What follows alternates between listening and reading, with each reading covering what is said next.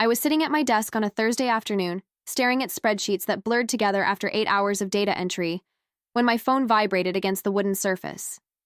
The number on the screen made my stomach drop. It was my brother Marcus's home phone, which was strange because he never called from there, always his cell.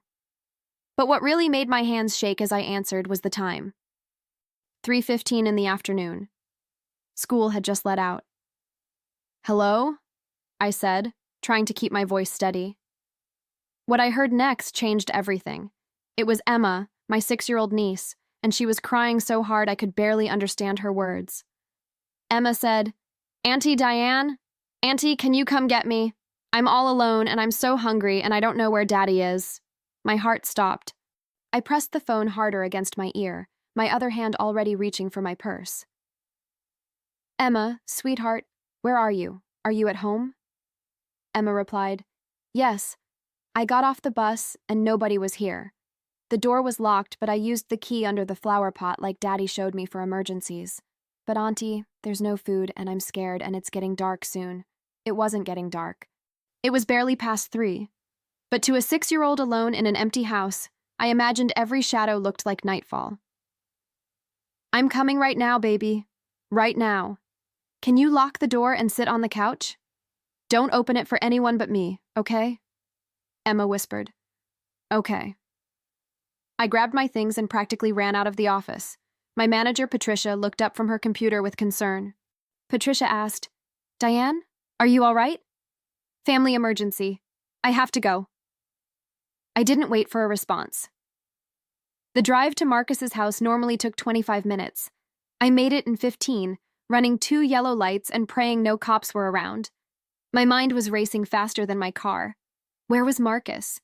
Where was his girlfriend, Vanessa? Why was Emma alone? My brother had his problems, sure.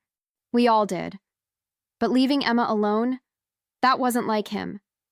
At least it wasn't like the Marcus I thought I knew.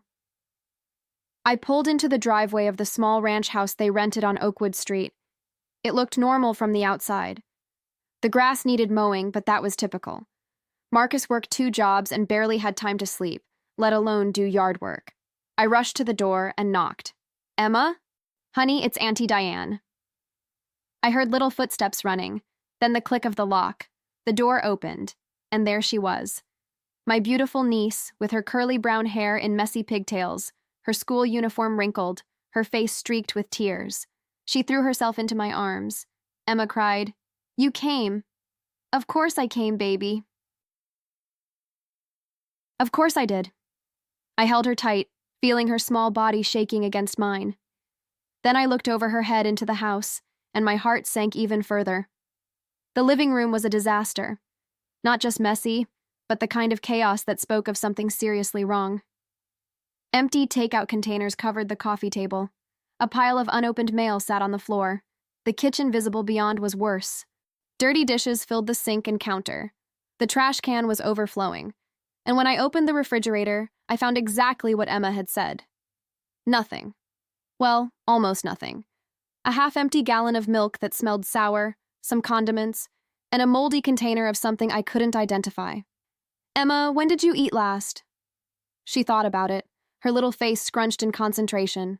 Emma answered, I had lunch at school. Mrs. Henderson gave me extra tater tots because she said I looked hungry." "What about breakfast?" Emma said. "I had crackers, the last ones in the box." "And dinner last night?" She looked down.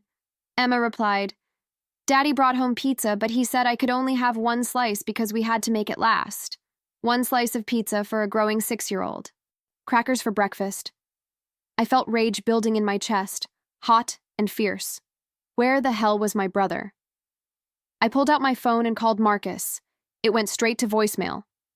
I left a message. "Marcus, it's Diane. I'm at your house with Emma. Call me immediately."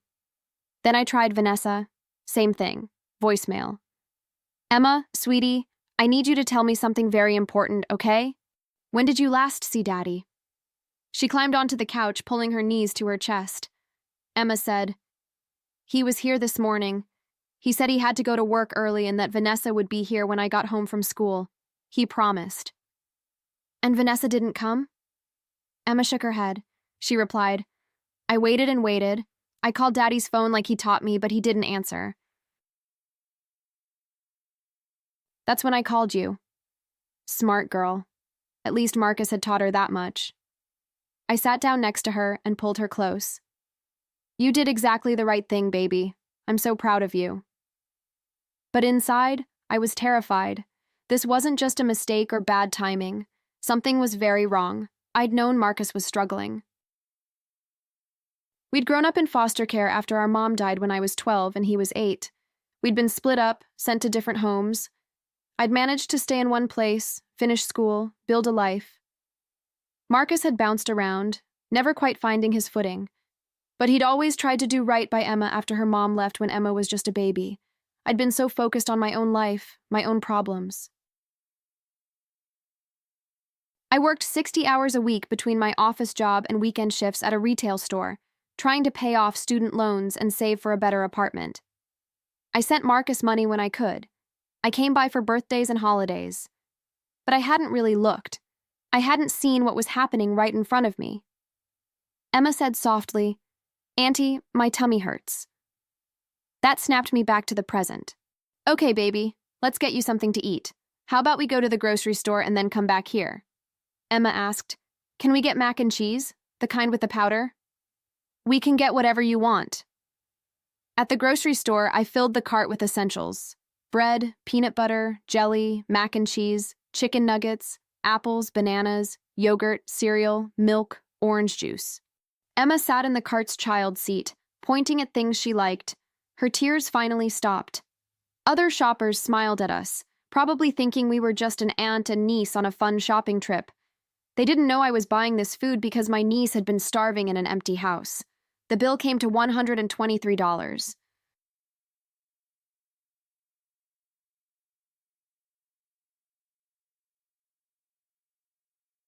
I used my credit card, the one I'd been trying to pay down for 2 years. It didn't matter. Emma mattered. Back at the house, I made her 2 grilled cheese sandwiches, sliced apples with peanut butter, and poured her a big glass of milk. She ate like she hadn't seen food in days. Maybe she hadn't. Not real food, anyway. While she ate, I tried Marcus again. Voicemail. Vanessa. Voicemail. I texted them both. Emma is with me. She was alone and hungry. Call me now. Then I started cleaning. I couldn't help it. The mess was overwhelming. But more than that, I needed to do something with my hands while my mind raced. I washed dishes, threw out trash, wiped down counters. Emma finished eating and asked if she could watch cartoons. I replied, Of course, baby. I found the remote under a pile of newspapers on the couch. As I handed it to her, I noticed something. A piece of paper, different from the others. It was a notice from the electric company. Final warning before disconnection. I looked through the other papers with dread growing in my stomach. Past due rent notice. Threatening letters from credit card companies. A court summons for unpaid medical bills. Marcus wasn't just struggling, he was drowning. My phone rang at 6:30. Marcus, finally. Marcus asked, Diane, what are you doing at my house? His voice was slurred. My stomach turned. Marcus, are you drunk? Marcus replied, I asked you a question. What are you doing in my house? Your daughter called me crying because she was alone and starving. Where are you? Silence. Then quieter, Marcus said, I'm at Rick's place, just having a couple beers after work. Emma said you left this morning and that Vanessa was supposed to be here. Marcus trailed off. Vanessa, she left 3 days ago. She said she couldn't do this anymore. 3 days. Emma had been essentially taking care of herself for 3 days while my brother worked and drank and fell apart. Why didn't you call me? Marcus answered. I can handle it, Diane. I'm her father. You're not handling it, Marcus. There's no food in your house. Your bills are all overdue.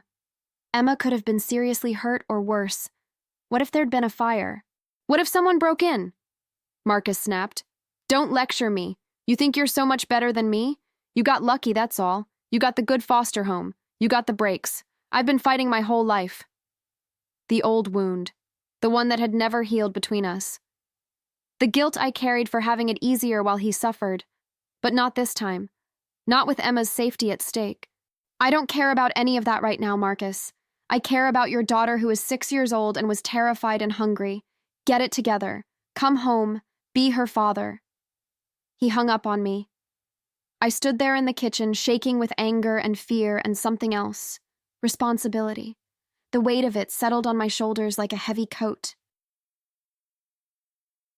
Emma was watching her cartoons in the living room, oblivious to the adult conversation, finally looking peaceful. I couldn't leave her here. Not tonight. Maybe not for a while. I called my landlord. I said, "Mr. Peterson, this is Diane Morris. I need to ask you something. Is there any way Emma, my niece, can stay with me for a bit? I know my lease says no children, but this is an emergency." Mr. Peterson was a retired teacher, thankfully understanding. He asked, "How long are we talking about?" "I don't know yet. I'm hoping to get some things sorted out with my brother." He sighed. Mr. Peterson replied, "Officially, I didn't hear this conversation. Unofficially, take care of that little girl. We'll figure out the paperwork if it becomes long-term." "Thank you." "Thank you so much." That night, I helped Emma pack a bag with clothes, her favorite stuffed rabbit, and her school supplies. She was quiet, sensing something big was happening, but not quite understanding what. Emma asked, "Are we having a sleepover at your house, Auntie?" "Yes, baby."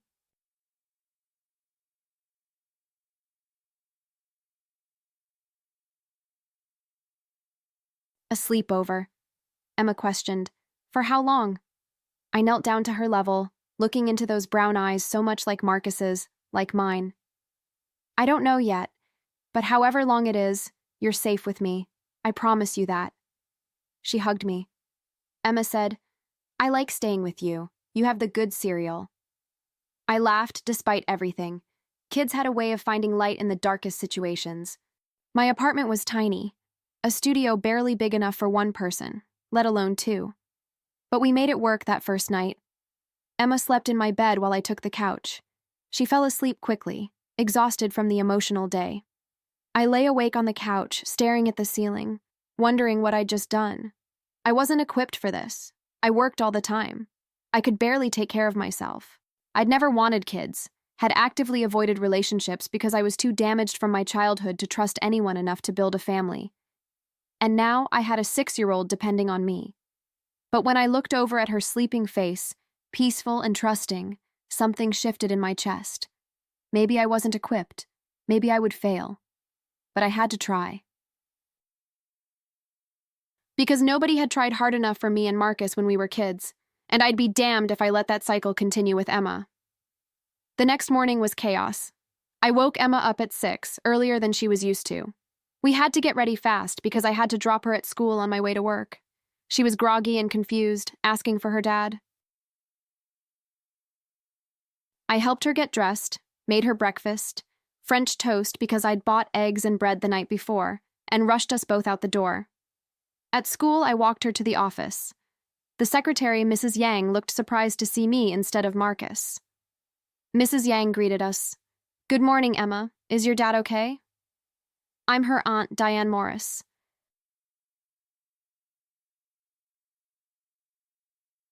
"There's been a family situation, and Emma will be staying with me for a while.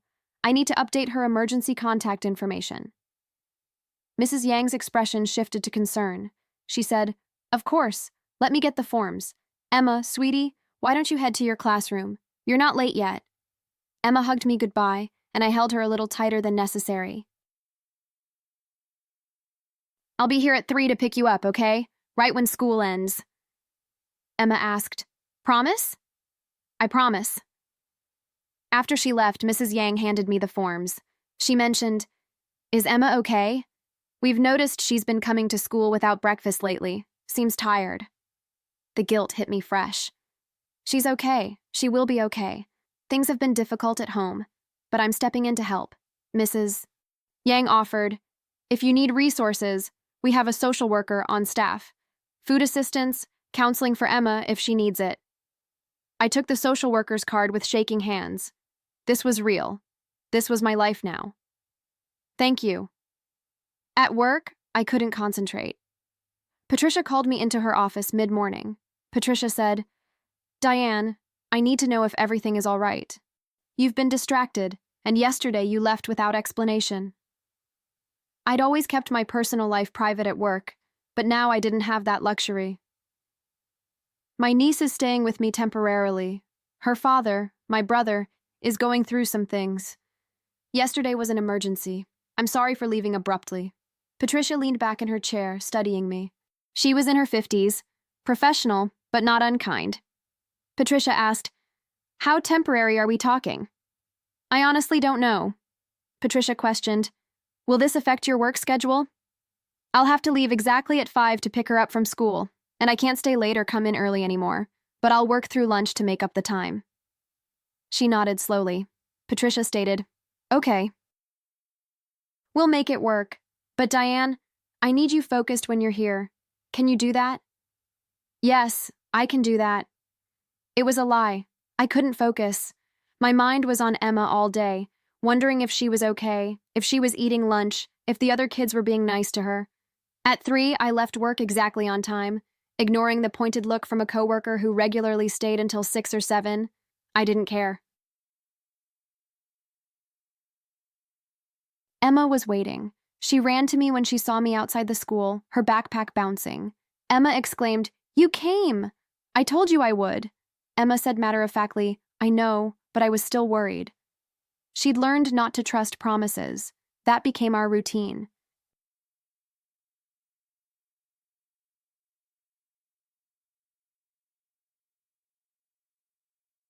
Wake up early, rush to get ready, drop Emma at school, work, pick up Emma, go home, make dinner, help with homework, even though first-grade homework was minimal, bath time, bedtime stories, and finally blessed sleep. Then wake up and do it all again. My weekend shifts at the retail store had to stop. I couldn't afford childcare and I couldn't leave Emma alone.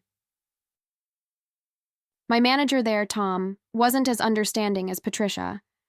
Tom said, "I'm sorry, Diane, but if you can't work weekends anymore, I'll have to let you go. Those are our busiest days." "I understand." I didn't fight it. What was the point? Losing that income hurt. I'd been using it to pay down debt and save for a better apartment. Now I was barely covering expenses. The grocery bill had doubled with Emma. I had to buy her new clothes because the ones from Marcus's house were worn and too small. And then there was everything else. School supplies, a nightlight because she was afraid of the dark, books because she loved reading, a winter coat because hers had holes in it. Marcus called sporadically, always drunk or close to it.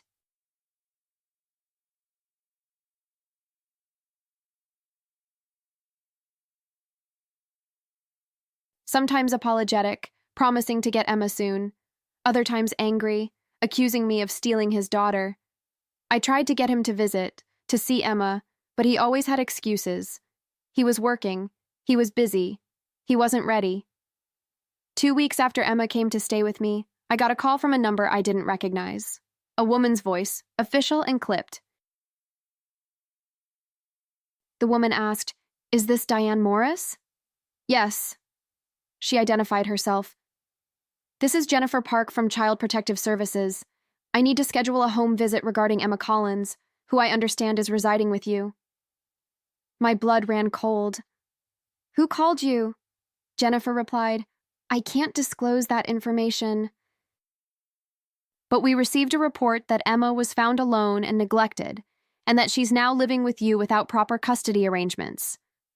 Someone had reported me. Marcus? Vanessa? A neighbor? It didn't matter. "When do you want to come?" Jennifer answered, "Is tomorrow at 6 in the evening possible?" "Yes." I hung up and immediately panicked. My studio apartment was clean, but tiny. Would they think it wasn't suitable for a child? Would they take Emma away and put her in foster care? The irony wasn't lost on me. I'd been in foster care. I knew what it could be like. Some homes were good, many weren't. I couldn't let Emma go into the system. That night, after Emma went to sleep, I did something I hadn't done in years. I cried.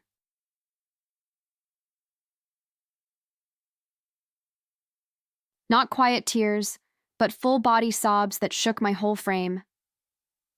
I was 28 years old, single, barely making ends meet, living in a studio apartment, and now responsible for a child. I wasn't ready. I wasn't good enough.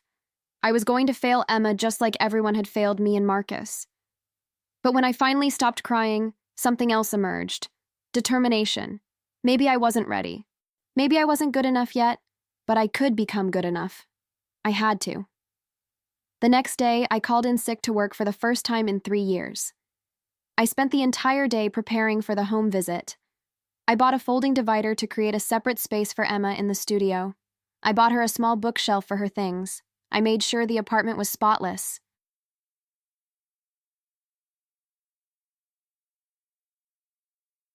I gathered every piece of documentation I could think of. Emma's school enrollment with my name as guardian, receipts for groceries and clothes, my pay stubs to prove I had income, letters from Patricia confirming my employment, even a character reference from Mr. Peterson, my landlord. Jennifer Park arrived exactly at 6.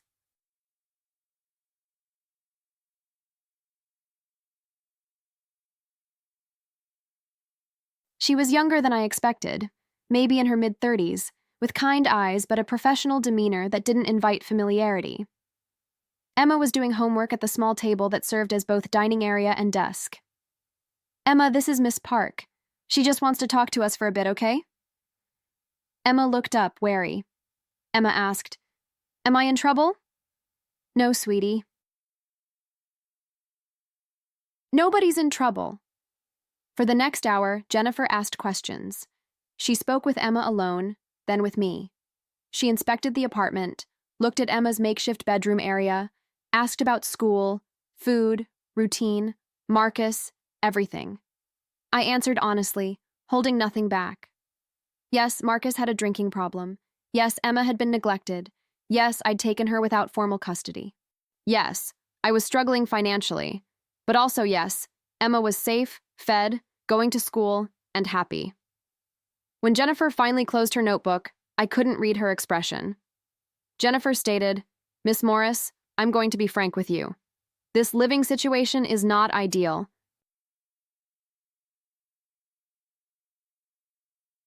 Your apartment is very small, you're working full-time with minimal support, and you have no legal custody of Emma."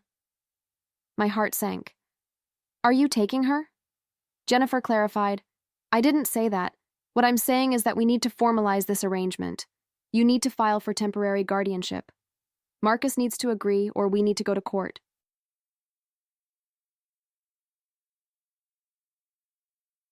Emma needs a proper bedroom, which means you need a bigger place, and we'll need to do follow-up visits to ensure everything remains stable. "So Emma can stay?" Jennifer answered, "For now, yes. She's clearly bonded with you, she's doing well in school, and you're meeting her basic needs. But Miss Morris, this needs to become official.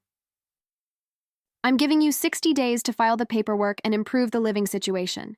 If you don't, I'll have no choice but to place Emma in foster care while we sort out custody."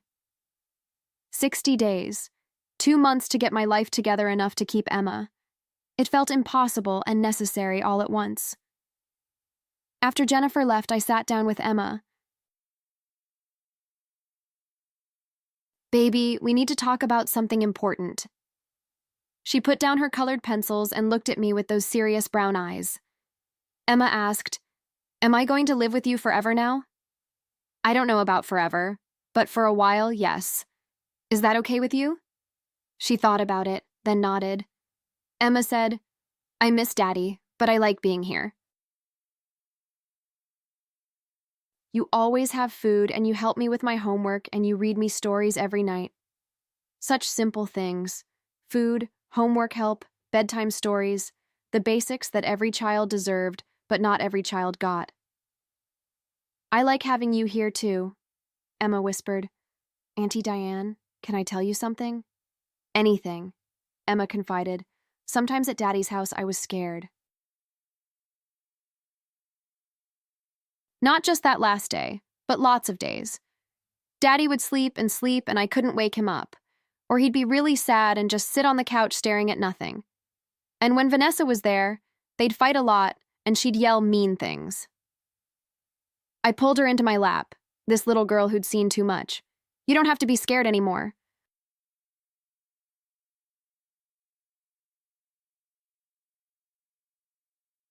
Not here, Emma asked. Promise? I thought about all the promises I'd heard as a kid in foster care, promises that hadn't been kept. I didn't want to be another adult who made empty promises to a child. I promise I will do everything I can to keep you safe and happy. Sometimes things might be hard, but I will never ever let you go hungry or leave you alone or stop trying my best. Can that be enough? She wrapped her arms around my neck. Emma replied, That's enough. The first month with Emma was a whirlwind of adjustments. I had to learn what she liked to eat, what cartoons she preferred, how to do her hair properly. I'd never done a little girl's hair before, and the first few attempts at pigtails were disasters. Emma would look in the mirror and gently say, It's okay, Auntie. You're trying your best. Her kindness in the face of my incompetence made me love her even more. I also had to navigate the social aspects of childhood that I'd never thought about. Emma came home one day upset because she'd been invited to a birthday party, but didn't know what to bring as a gift. Emma said sadly, All the other kids were talking about what presents they're getting for Lily. I don't know what to get. We went to the store together, me with no idea what 6-year-old girls liked. Emma gravitated toward a craft kit with beads and string for making bracelets. She explained, Lily likes making things. She's always drawing in class. Then that sounds perfect. At the register, the total came to $18. I mentally calculated what that meant for the week's budget. We'd have to skip buying fruit, stick to rice and beans for a few dinners. But Emma's happiness, her ability to participate in normal childhood activities, was worth it. The party was on a Saturday afternoon. I dropped Emma off at Lily's house, watching her nervously clutch the wrapped present. Lily's mom, Karen, greeted us at the door. Karen said warmly, You must be Emma. And you're her aunt? Come in, come in. I hesitated. Actually, I was just going to drop her off. Karen insisted, Nonsense. Parents stay. We've got coffee and cake. Plus, it's good for the kids to see familiar faces. So I stayed, feeling out of place among the other parents who all seemed to know each other. They chatted about school events, play dates, whose kid was taking what activity. I sat quietly in a corner, nursing a cup of coffee, watching Emma play with the other children. She looked so happy.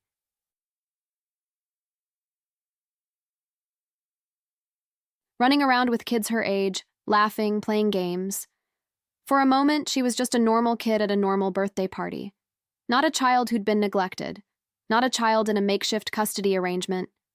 Just Emma, being 6 years old. A woman sat down next to me. She was probably in her late 30s, wearing yoga pants and a casual top. She introduced herself. Hi, I'm Michelle. My daughter Sophie is the one in the pink dress. I haven't seen you at school pickup before. I'm Diane. Emma just started living with me recently. Michelle's expression showed interest. She asked, Oh, are you new to the area? No, I've been here for years. Emma is my niece. She's staying with me while her dad works through some things. I waited for the judgment, the prying questions. Instead, Michelle just nodded. Michelle said kindly, That must be a big adjustment for both of you. If you ever need anything, like if you need someone to pick Emma up from school in an emergency, I'm happy to help. Sophie and Emma seem to have become good friends. The unexpected kindness brought tears to my eyes. Thank you. That means a lot. Michelle continued. I mean it. We single moms have to stick together. I didn't correct her assumption that I was Emma's mom. In a way, I was becoming that, whether I'd planned to or not. When I picked Emma up after the party, she was buzzing with excitement. Emma chattered, Auntie, that was so fun. We played musical chairs and I won a prize. And Lily loved the present.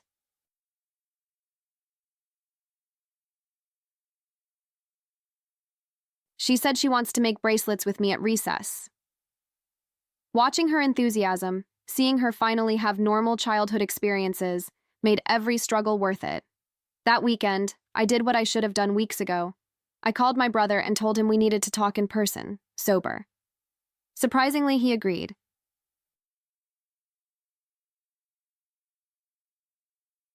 We met at a coffee shop on Sunday morning while Emma was at another birthday party, this time for her classmate Tyler. Marcus looked terrible. He'd lost weight, had dark circles under his eyes, and his hands shook when he lifted his coffee cup. "You look like hell," I said. Marcus responded, "Thanks. You look tired too." "I am tired. I'm exhausted." "Do you know how hard it is to work full-time and take care of a 6-year-old? He looked down. Marcus admitted, "I used to know, before I stopped being able to handle it." "Marcus, what happened? When did it get this bad?" He was quiet for a long time. When he finally spoke, his voice was barely above a whisper. Marcus explained, "After Vanessa left. Help, before that. I've been drinking too much for over a year. Started after I lost my job at the warehouse, the good one that paid decent. Got another job, but it pays less and the hours are worse. Then medical bills from when Emma broke her arm last year. Credit cards to cover groceries when money ran out. Then more credit cards to pay the first credit cards."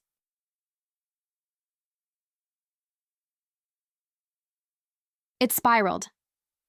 "Why didn't you ask for help?" Marcus asked. "From who? You? You were barely making it yourself. I saw your apartment, Diane. It's not much better than mine. But I would have helped. I would have figured something out." Marcus said, "I didn't want you to see how bad I'd messed up. You got out. You built a life. I couldn't even keep my own daughter fed." The pain in his voice was raw. For a moment, I saw us as we'd been. 2 kids in the system, clinging to each other during visits, promising we'd be okay. Somewhere along the way, we'd lost each other. "Marcus, I need to ask you something, and I need you to be honest. Do you want Emma back?" He looked at me with tears in his eyes. Marcus replied, "Of course I want her back. She's my daughter. I love her more than anything. Wanting her isn't enough. Can you take care of her? Right now, today, can you provide what she needs?" Marcus admitted quietly, No, I can't." "Then I need you to sign temporary guardianship papers. Give me legal custody while you get help. Go to rehab. Get your finances sorted. Deal with your issues. And then, if you can prove you're stable, we'll talk about transition." Marcus protested, "You want me to give up my kid?" "I want you to put your kid first. This isn't about your pride or your guilt. This is about Emma. She needs stability. She needs food and safety and someone who's there when they say they'll be there."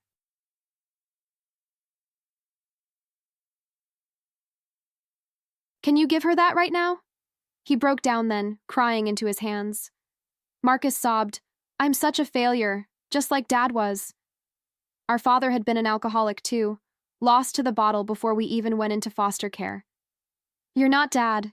Dad never tried. You're trying, Marcus. You're just losing right now. But you can come back from this." "People do it every day."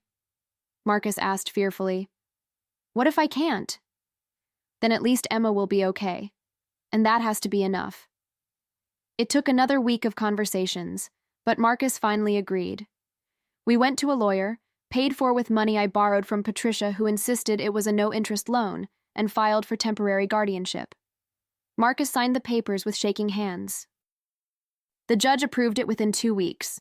I also enrolled Marcus in an outpatient rehab program. It was free through the county, thank God, because we couldn't have afforded anything else. He went 3 times a week after work. Some days he showed up, some days he didn't, but slowly, gradually, he started showing up more than not.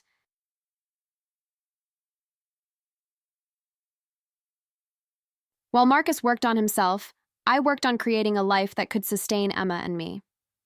The studio apartment wasn't going to cut it, but I couldn't afford anything bigger with my income. So I did something I'd sworn I'd never do. I asked for help. I started a fundraising page online, explained the situation honestly. My niece had come to live with me unexpectedly. We needed a 2-bedroom apartment to stay together. Anything people could contribute would help. I felt humiliated posting it, asking strangers for money. But my pride was worth less than Emma's well-being. To my shock, people donated. Patricia shared it at work, and coworkers I barely knew contributed $20 here, $50 there. Mr. Peterson donated $100 with a note saying he wished he could do more. People from Emma's school, other parents I'd met at pickup, they donated too. Michelle, Sophie's mom from the birthday party, donated $50 with a message saying, "You're doing an amazing thing." In 3 weeks, we raised $3,000.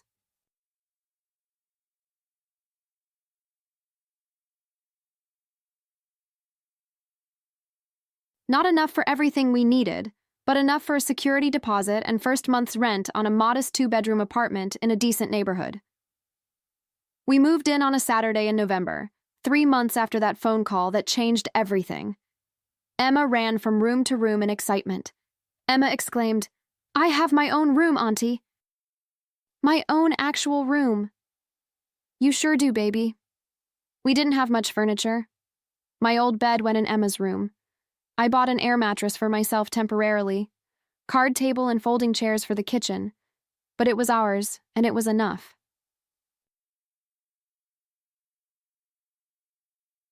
Emma helped me unpack, carefully arranging her books on the shelf we'd brought from the studio, hanging up her new winter coat in the closet, placing her stuffed rabbit on her pillow. That night, I tucked her into bed in her own room for the first time. "How does it feel?" Emma replied. "Good. Really good."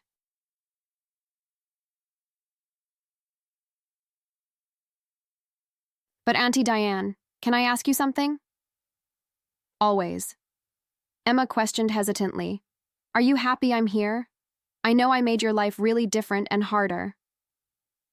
I sat on the edge of her bed, brushing hair from her forehead. "Emma, you didn't make my life harder. You made my life matter. Before you came, I was just going through the motions. Work, home, sleep, repeat. I wasn't happy. I wasn't unhappy. I was just existing. But now I have a reason to wake up. I have someone who needs me, someone I get to watch, grow, and learn. You gave me purpose, baby. So yes, I'm happy you're here." Emma smiled. "I'm happy I'm here too. I love you, Auntie Diane." It was the first time she'd said it. My throat tightened with emotion. "I love you too, Emma. So much." Marcus started visiting regularly after we moved. Supervised visits at first, at the apartment while I was there. He'd play board games with Emma, help her with homework, listen to her talk about school. He was sober during these visits, clear-eyed and present. Emma was cautious around him at first, but slowly she warmed up again. 4 months after getting temporary guardianship, Marcus completed his outpatient program. He'd been sober for 90 days, had gotten a promotion at work, and was catching up on his bills. He asked if he could take Emma for a day, just the two of them. I was terrified, but I also knew he needed to rebuild his relationship with her. "One day," I agreed. "And you call me every few hours." He picked Emma up on a Saturday morning. They went to the zoo, then out for pizza, then to a park. Emma came home exhausted and happy, telling me everything they'd done. Marcus had been good, she said. He didn't smell like beer. He listened to her. He was like the old daddy, the good daddy. That night, after Emma was asleep, Marcus stayed to talk. He said simply, "Thank you." "For what?" Marcus explained. "For saving my daughter, for saving me. I don't know where we'd be if you hadn't stepped up that day." "You would have figured it out eventually." Marcus disagreed. "No, I wouldn't have. I was drowning and I didn't even realize I could still swim. You threw me a life preserver." "You're doing the swimming yourself, Marcus. All I did was care for Emma while you got strong enough to swim again." Marcus asked hopefully, "Will you let her come stay with me sometimes? Weekends, maybe?" "Let's take it slow. Keep doing what you're doing. Keep showing up. When you get your place cleaned up and stable, we'll talk about overnights." He nodded. Marcus promised, I'm going to prove to you that I can do this. I'm going to be the dad Emma deserves. I believe you can, but Marcus, if you slip, if you start drinking again, you have to tell me. Don't hide it. Don't let it get bad before asking for help. Marcus vowed, I won't. I promise. The weeks following the move into our 2-bedroom apartment brought new challenges I hadn't anticipated. Emma started having nightmares. She'd wake up screaming, calling for her dad, disoriented and terrified. The first time it happened, I rushed into her room to find her sitting up in bed, tears streaming down her face. Emma cried out, "Where's Daddy? I had a dream he was gone forever and I couldn't find him." I held her close, rocking her gently. "Daddy's okay, baby. He's at his apartment, working on getting better. He loves you so much." But she couldn't be consoled easily. Emma sobbed, "What if he forgets about me? What if he stops coming to visit?" "He won't forget you. You're the most important person in his world." The nightmares continued for weeks.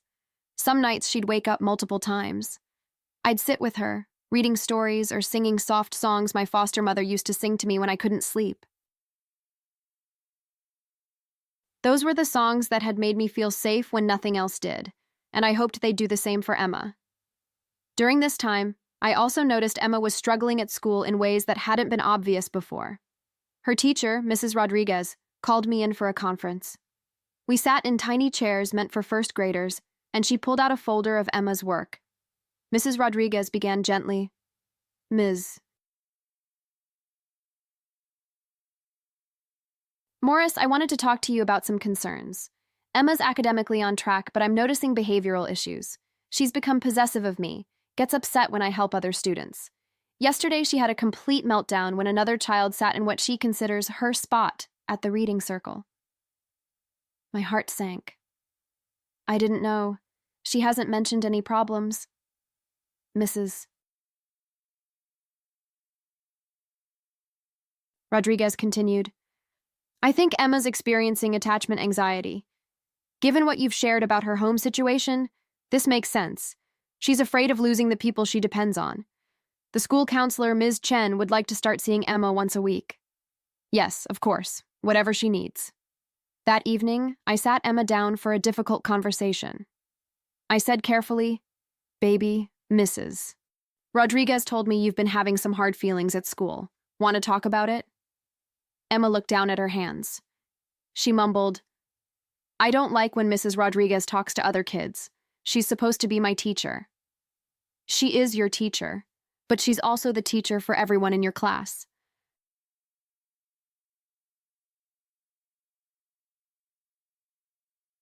"Just like I'm your auntie, but that doesn't mean I can't talk to other people."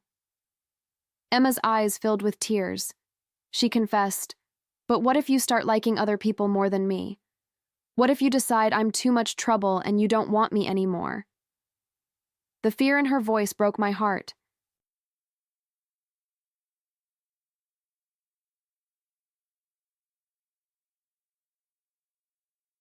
This little girl had been abandoned by her mother, neglected by her father during his worst moments, and now she was terrified I'd leave too. I pulled her onto my lap. "Emma, listen to me very carefully. I chose you. When I could have walked away, when things got hard, when money got tight, I chose to keep fighting for you. That's not going to change. You're not too much trouble. You're not a burden. You're my family, and family doesn't give up on each other." Emma asked in a small voice. "Promise?" "I promise. And you know what else? We're going to talk to someone who can help you with these scared feelings. Her name is Ms.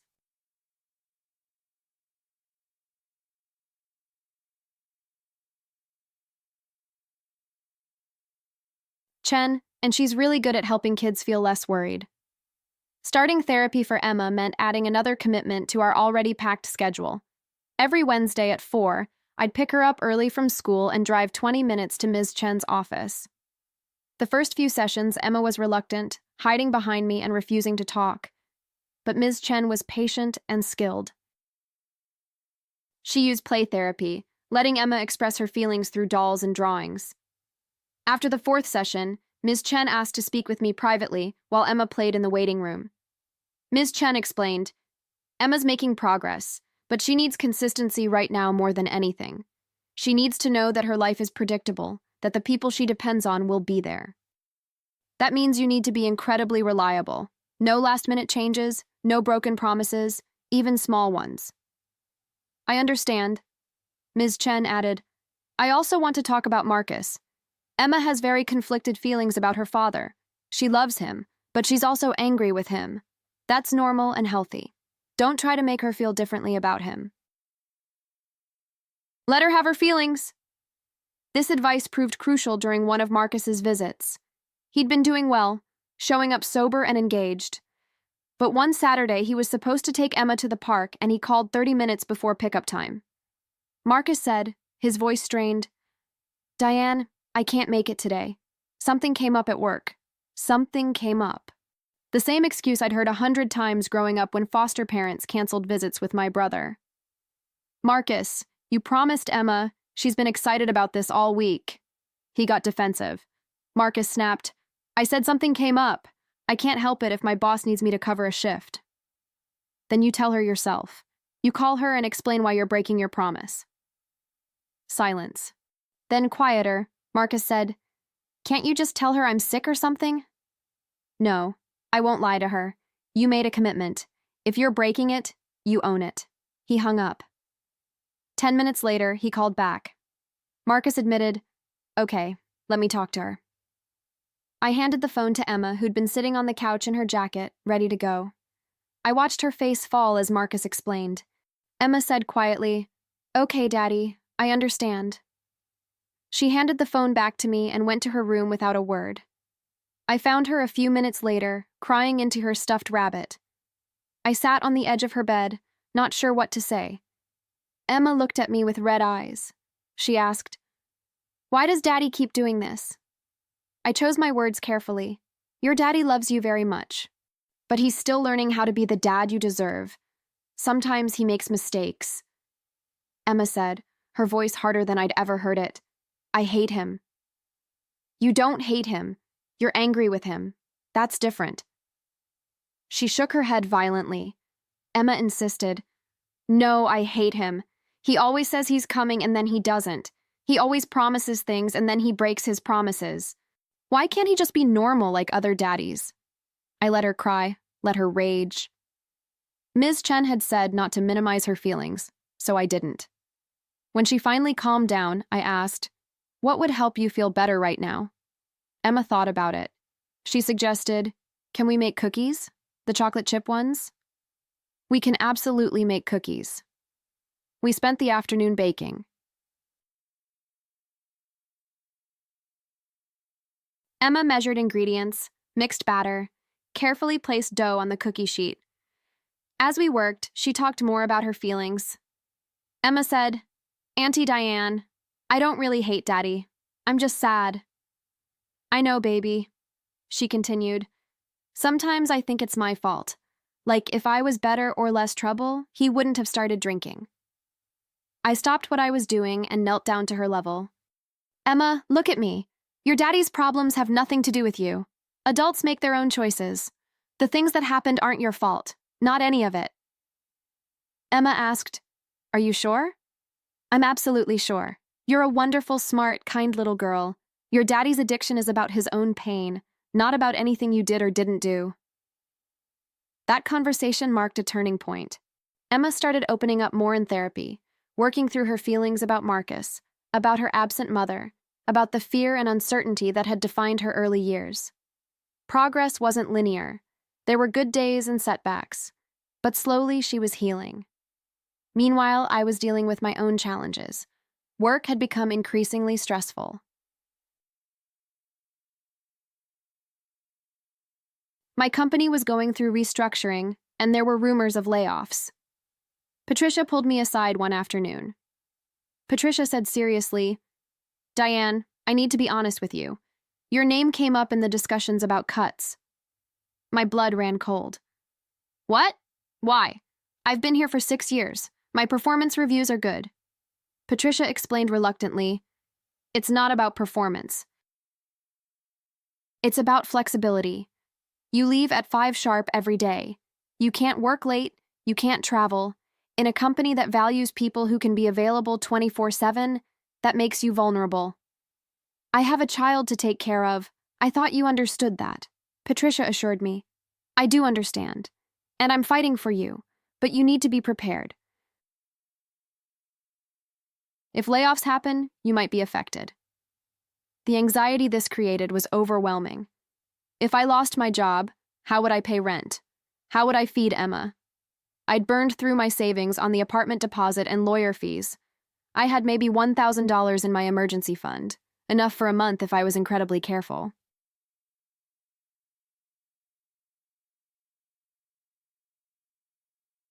That night, after Emma was in bed, I sat at the kitchen table with my laptop and started job hunting. Every posting I looked at wanted things I couldn't offer: weekend availability, willingness to work overtime, flexibility for last-minute schedule changes. Being a single guardian to a 6-year-old meant I had none of those things. I also started picking up freelance work.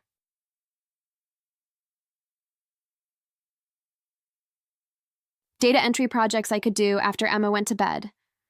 Transcription work that paid pennies but added up. I was exhausted, running on 4 or 5 hours of sleep a night. But what choice did I have? Emma noticed. One evening, she came out of her room at 10 to find me still at the computer. Emma asked, "Auntie, why are you still working?" "Just finishing up some things, baby. Go back to bed." She came over and looked at the screen. Emma said, "You work too much. You're tired all the time." "I'm okay, I promise." But I wasn't okay. The stress was taking a physical toll. I developed tension headaches that never fully went away. I stopped eating regular meals, surviving on coffee and whatever Emma didn't finish from her plate. I snapped at people more easily, my patience worn thin. One day, I nearly broke down at work. A coworker, Jennifer, made an offhand comment about how nice it must be to leave right at 5 every day while everyone else stayed late. Something in me snapped. I turned to her, my voice shaking. I said, "Nice? You think it's nice?" I leave at 5 because I have to pick up my 6-year-old niece from school. The same niece I took in when my brother's addiction left her alone and starving. I'm working a full-time job plus freelance work at night to make ends meet. I'm one paycheck away from homelessness. So, no, Jennifer, it's not nice. It's survival. The office went silent. Jennifer's face turned red. She mumbled, "I'm sorry." "I didn't know." I grabbed my purse. "I need to take my break." I went to my car and cried. Great, heaving sobs that felt like they'd been building for months. I was doing my best, trying so hard to be everything Emma needed, and it still felt like I was failing. I was failing at work, failing at self-care.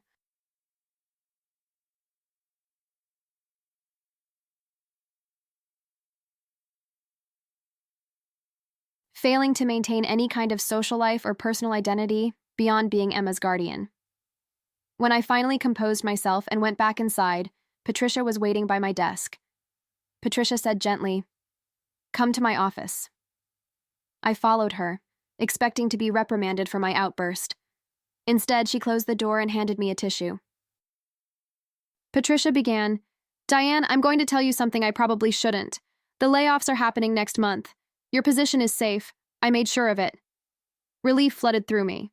Thank you so much." Patricia continued, "But I'm worried about you. You're burning out. I can see it. Everyone can see it."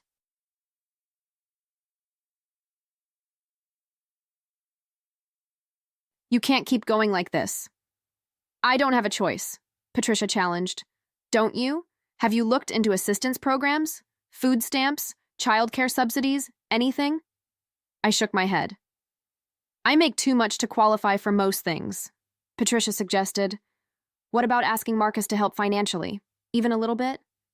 He can barely cover his own rent. He's paying for rehab out of pocket because his insurance doesn't cover it." Patricia thought for a moment. She proposed, "What if we adjusted your schedule? You could work from home 2 days a week. That would save you commute time, give you more flexibility. It's not much, but it might help." "You'd let me do that?" Patricia smiled. She said, I value good employees. You're a good employee, Diane. You're also dealing with an impossible situation and handling it better than most people would. Let me help. Working from home 2 days a week was a game changer. On those days, I could start a load of laundry during lunch, could prep dinner in the morning so it just needed to be heated up at night.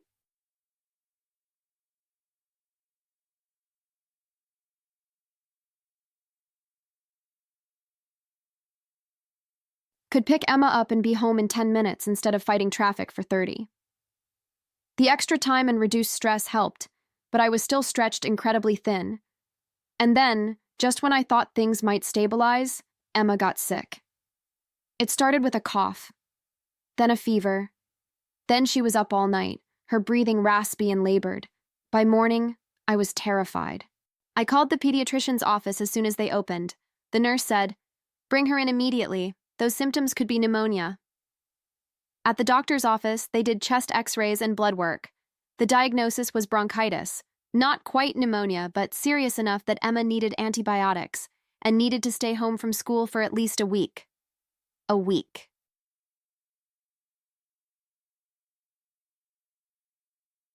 I'd already used most of my sick days earlier in the year for Emma's various appointments.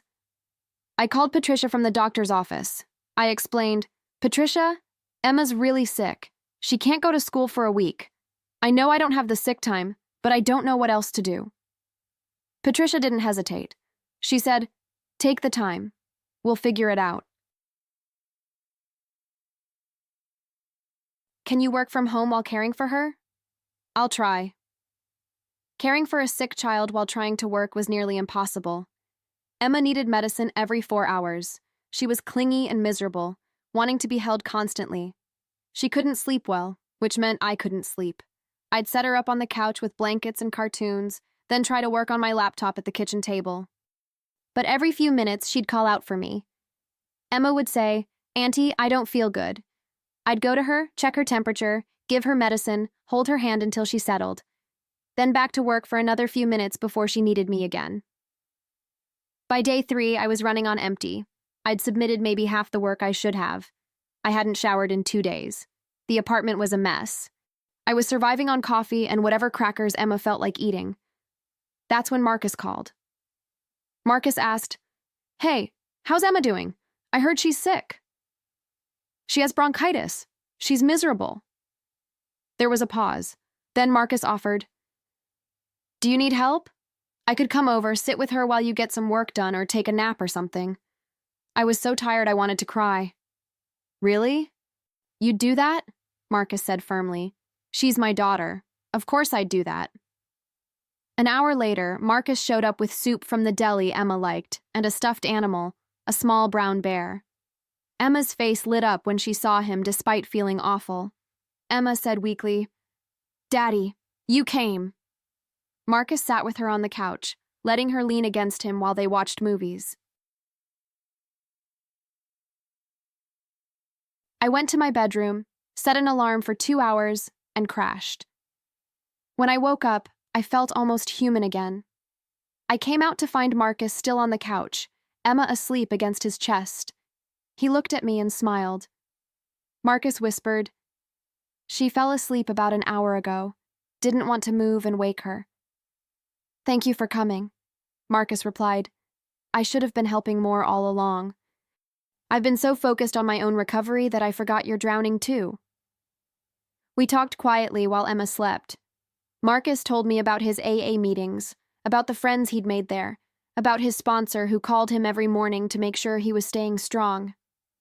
Marcus admitted, "It's hard, Diane. Every single day, it's hard. I want to drink. I want to escape.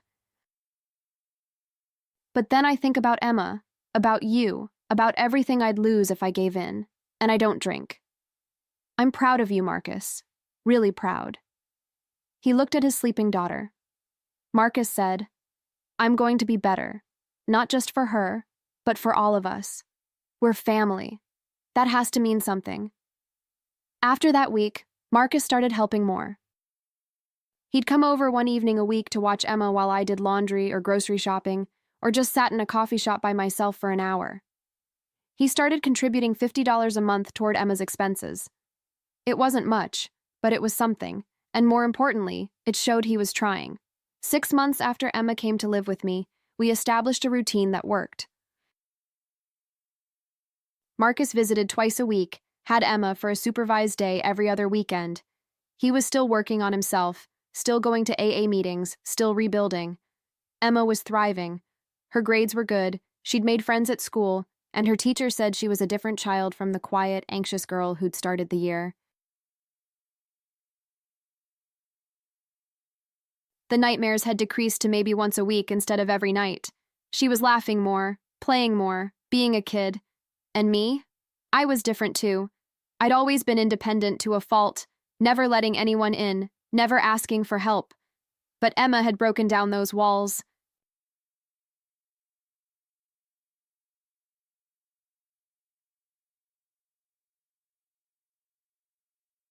Through her, I'd learned to accept help from Patricia, from neighbors, from Emma's teachers, from complete strangers who donated to our fundraiser. I'd learned that admitting you can't do everything alone isn't weakness, it's wisdom. I'd also discovered a strength I didn't know I had. The strength to put someone else's needs before my own comfort. The strength to make hard decisions. The strength to love someone so much that their well-being became more important than my pride or my plans or my carefully constructed life. As Emma's first year with me continued, new milestones brought both joy and unexpected challenges. One afternoon, I got a call from the school nurse. The nurse said, "Ms. Morris, Emma fell on the playground. She's okay, but she hit her head and we think she should be checked out by a doctor." My heart raced as I rushed to the school. When I got there, Emma was sitting in the nurse's office with an ice pack on her forehead. She saw me and burst into tears. Emma cried, "I was playing on the monkey bars and I fell. It hurts." I took her to urgent care to be safe. The doctor checked her for concussion symptoms and gave us the all clear, but the incident shook me more than I expected. That evening, as I tucked Emma into bed, she asked, "Auntie, what would happen to me if something happened to you?" The question caught me off guard. "What do you mean, baby?" Emma explained. "Today when I fell, I was scared, but then you came and I felt better. But what if you got hurt? Who would take care of me?" It was a question I'd been avoiding thinking about. "I'm not going anywhere, Emma. I promise to be very careful." But her question haunted me. I needed to set up a proper will, designate what would happen to Emma if something happened to me. The lawyer helped me set up guardianship designations with conditions for Marcus. That realization pushed me to start building more of a support network. I started attending a support group for kinship caregivers at a community center. At my first meeting, I sat in a circle with 8 other people, all of them looking as tired and overwhelmed as I felt. The facilitator, Grace, welcomed me. Grace said warmly, "We're glad you're here. Why don't you introduce yourself?" I took a deep breath. I began, "I'm Diane. I'm raising my 6-year-old niece, Emma. Her dad, my brother, has addiction issues. I've had her for about 7 months now. It's been really hard." The others nodded with understanding.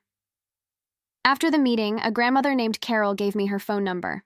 Carol offered, "If you ever need someone to talk to, call me. This journey is hard, but it's easier when you're not alone." Carol became a lifeline over the next months, someone who understood what I was going through. Meanwhile, Emma was growing and changing. She'd started making real friends at school. One day, Emma asked, "Auntie, can Maya come over for a play date?" Saturday came and Maya's mom, Christine, dropped her off. I watched Emma and Maya play, drawing pictures, dressing up, giggling. They were just kids being kids, and seeing Emma so happy made me realize how far we'd come. When Christine picked Maya up, Maya hugged Emma goodbye. Maya said, "That was so fun. Can we do it again?" After they left, Emma threw her arms around me. She said, "Thank you for letting Maya come over. This was the best day ever." Such a simple thing, a play date. But it represented normalcy, friendship, childhood. As winter approached, new challenges emerged. Emma needed winter clothes, my car needed repairs, The heating bill was higher than expected. I sat at the kitchen table trying to make the numbers work. They didn't. Finally, I did something I'd never done before. I went to the food bank. A volunteer greeted me kindly as I filled out forms with shaking hands. Within 20 minutes, I was loading bags of groceries into my car. As I drove home, I cried. Not from shame this time, but from gratitude. Accepting help wasn't weakness. It was what I needed to do to take care of Emma. That night, after Emma was in bed, I didn't do freelance work. I took a hot bath, read a book, and went to bed at a reasonable hour. The next morning, I woke up feeling more rested than I had in weeks. I couldn't pour from an empty cup. If I burned out completely, I'd be no good to Emma. So I started building in tiny moments of self-care. A 15-minute walk during lunch, saying no to extra projects when overwhelmed, accepting help when offered. Around this time, Marcus reached 6 months sober. He called me with pride in his voice. Marcus announced, 6 months, Diane, half a year without a drink. Marcus, that's amazing. I'm so proud of you. Marcus said seriously, I want to make amends. Can I come over this weekend? I need to talk to you and Emma. That Saturday, Marcus arrived looking healthier than I'd seen him in years. We sat in the living room together. Marcus began, Emma, I need to say I'm sorry. I'm sorry for all the times I let you down, for leaving you alone, for not being the daddy you deserved. Emma looked at him seriously. She said, It's okay, Daddy. Marcus shook his head. He insisted, No, Bug, it's not okay, but I'm working really hard to be better. Can you forgive me? Emma thought about it. Emma replied, I forgive you, Daddy, but I'm still mad sometimes. Ms. Chen says that's okay. Marcus smiled through tears. He acknowledged, That is okay. You can be mad at me. Then he turned to me. Marcus said, Diane, I'm sorry for putting all of this on you. You've saved Emma's life. You've saved mine too. I don't know how to repay you. I wiped my own tears. I responded, You don't need to repay me, Marcus. You need to keep showing up. Keep being there for Emma. That's how you make amends. He nodded. Marcus promised, I will. I swear I will. After that conversation, something shifted. Marcus became more present, more reliable. He started taking Emma for regular weekend visits. He'd call her every night to say goodnight. But Emma's home was with me now. Her life, her routine, her stability centered around our apartment. And neither Marcus nor I wanted to disrupt that, not when she was finally thriving. One evening in late spring, almost a year after that terrible phone call, I was making dinner while Emma did homework at the kitchen table. She looked up at me suddenly and said, Auntie Diane, I wrote an essay for school about who my hero is. Want to hear it? Of course. She cleared her throat dramatically and began reading from her notebook. Emma read, My hero is my Aunt Diane. When I needed help, she came and got me. She gave me her bed, and then she got us a house where I have my own room.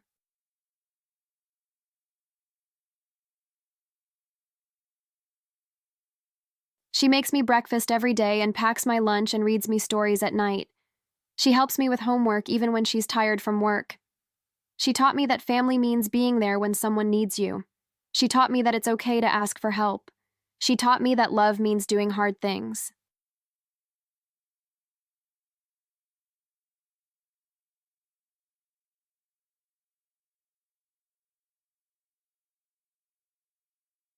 My Aunt Diane is my hero because she saved me. I had to turn away, pretending to stir the pasta so she wouldn't see me crying. That's beautiful, baby. Emma stated, It's true. You did save me. You saved me too, Emma. You just don't realize it yet. And it was true.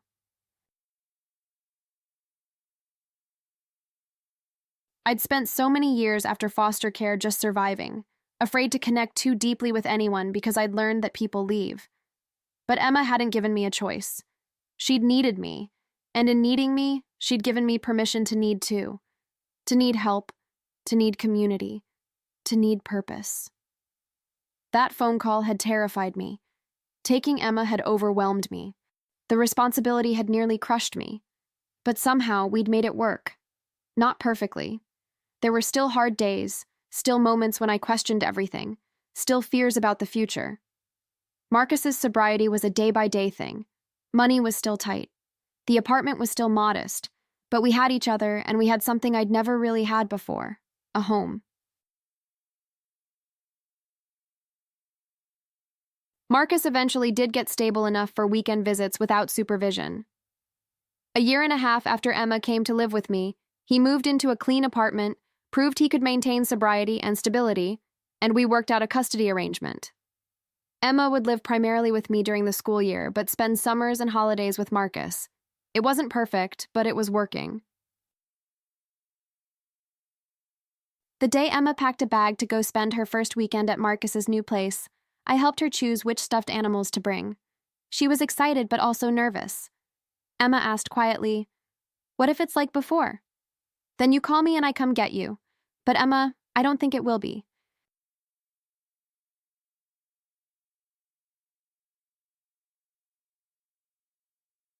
"Your dad has worked really hard to be ready for this."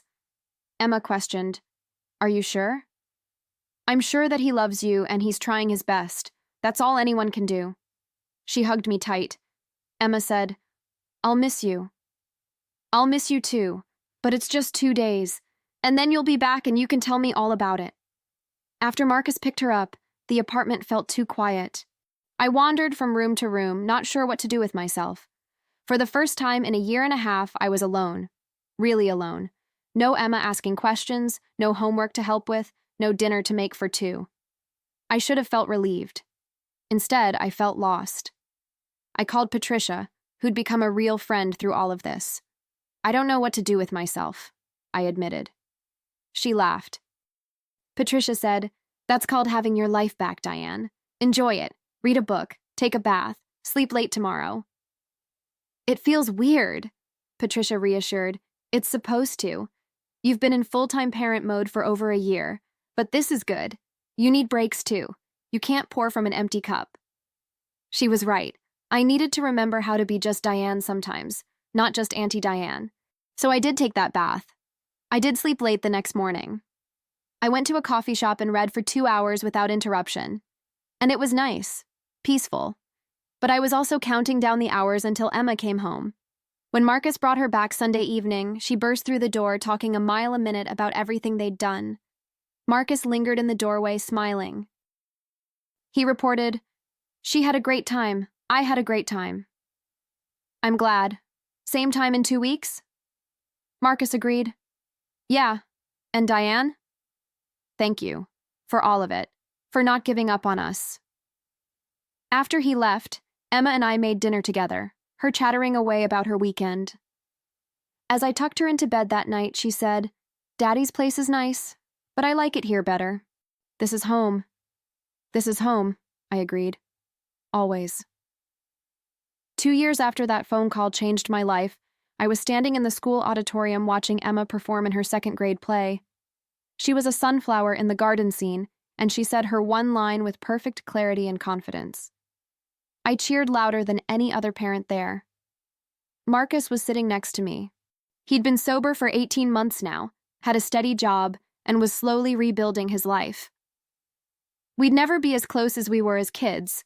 The trauma of our childhoods and his addiction had left scars that didn't fully heal.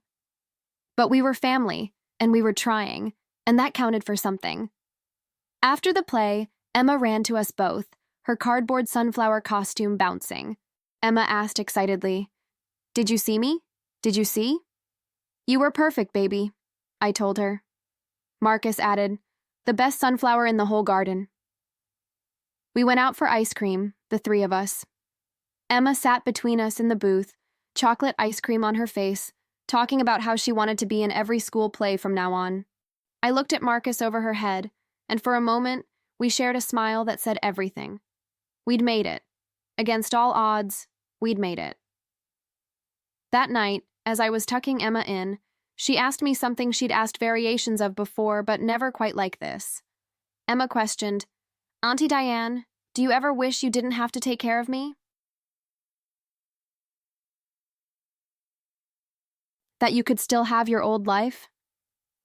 I thought about my old life, the empty studio apartment, the loneliness I pretended wasn't there, the aimlessness disguised as independence. Emma, my old life was small and safe and lonely. This life is bigger and scarier and so much better. Yes, it's harder. Yes, I've had to give things up. But what I've gained is so much more valuable. I've gained you, Emma persisted. But you had to use all your savings. And you can't work at your second job anymore. And you have to share your space. Money comes back. Space is just space. But you? You're one of a kind. You're my family, Emma. The family I chose and the family that chose me. And I wouldn't trade that for anything. She settled into her pillow, satisfied. Emma said, I'm glad I called you that day. Me too, baby. Me too. As I turned off her light and closed the door partway, I thought about how true that was. That phone call had been the worst moment of my life and the best thing that ever happened to me. It had forced me to become someone I didn't know I could be, someone strong enough to ask for help.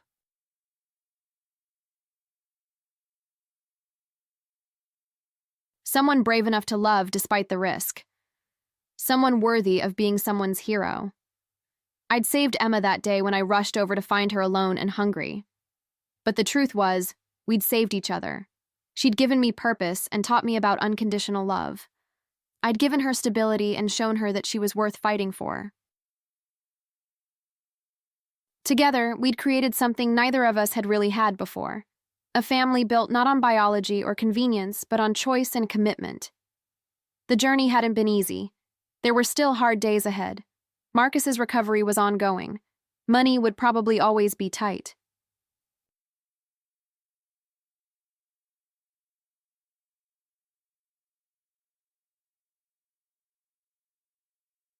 Emma would have questions as she got older about why her life had been so chaotic, why her mom had left, why her dad had struggled.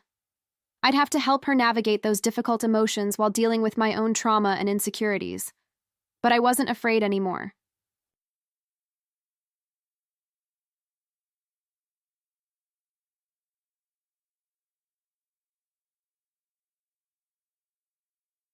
That fear I'd carried for so long, the fear of not being enough, of failing someone who depended on me, had transformed into confidence.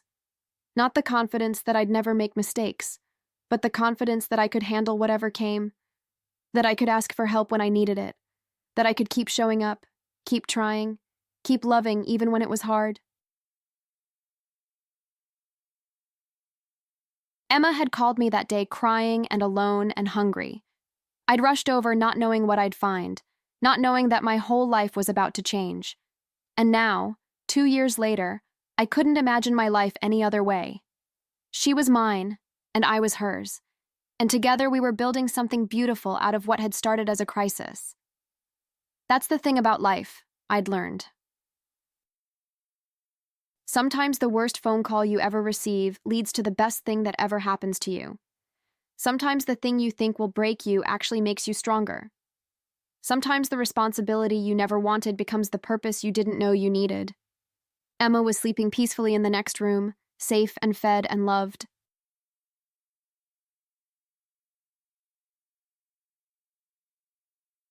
Marcus was in his own apartment, sober and stable and fighting every day to be better. And I was sitting on my couch in our modest 2-bedroom apartment, finally understanding what it meant to be home.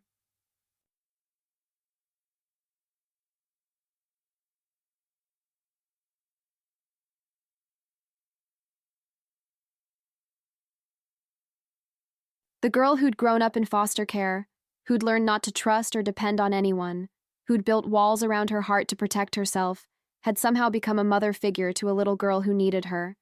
And in becoming what Emma needed, I'd become what I needed too. Someone who mattered. Someone who made a difference. Someone who loved and was loved in return. I picked up my phone and scrolled to the photos. There were dozens of Emma now. Emma on her first day of school after moving in with me. Emma at her birthday party, blowing out candles. Emma and Marcus at the zoo. Emma in her sunflower costume. Each picture a moment in our story, a chapter in the life we were writing together. I added a new photo to my home screen. It was from today, after the play. Emma in the middle, Marcus on one side, me on the other, all of us smiling. Imperfect, still healing, but together. A family that had been broken and was slowly putting itself back together, piece by piece, day by day. My phone buzzed with a text from Patricia. She asked, "How was the play?" She was amazing. Thank you for asking. Patricia suggested, "Coffee this week? I want to hear all about it." Definitely. Thank you for everything, Patricia, for being there for us. Patricia replied, "That's what friends do. See you tomorrow." Friends, family, purpose, love, all the things I'd convinced myself I didn't need or deserve.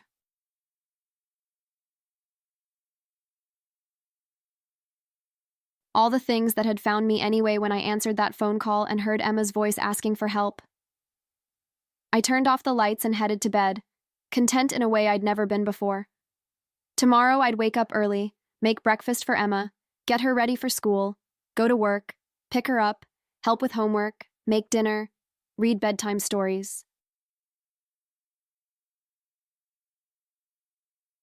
The same routine we'd established, the routine that had become the backbone of our life together. It wasn't a perfect life, it wasn't the life I'd planned, but it was ours, and it was good, and it was enough. More than enough. As I drifted off to sleep, I thought once more about that phone call. Emma's small voice, scared and alone, asking me to come. I'd rushed over without thinking, driven by love and fear and instinct. And in rushing to save her, I'd saved myself too. That's what heroes do, Emma had written in her essay. They show up when you need them. They do hard things because love requires it. They teach you that family isn't about being perfect. It's about being present. If I was Emma's hero, it was only because she'd made me brave enough to try. And if she'd saved me, it was because she'd given me a reason to stop just surviving and start actually living. We were going to be okay, Emma and Marcus and me. Not perfect, not without struggles, but okay. Together. And that was the happy ending I hadn't known I was looking for, hidden inside the crisis that had seemed like the end of everything. Sometimes the thing that breaks your life apart is actually breaking you open to let the light in. Sometimes the call you dread receiving is the call that saves you both.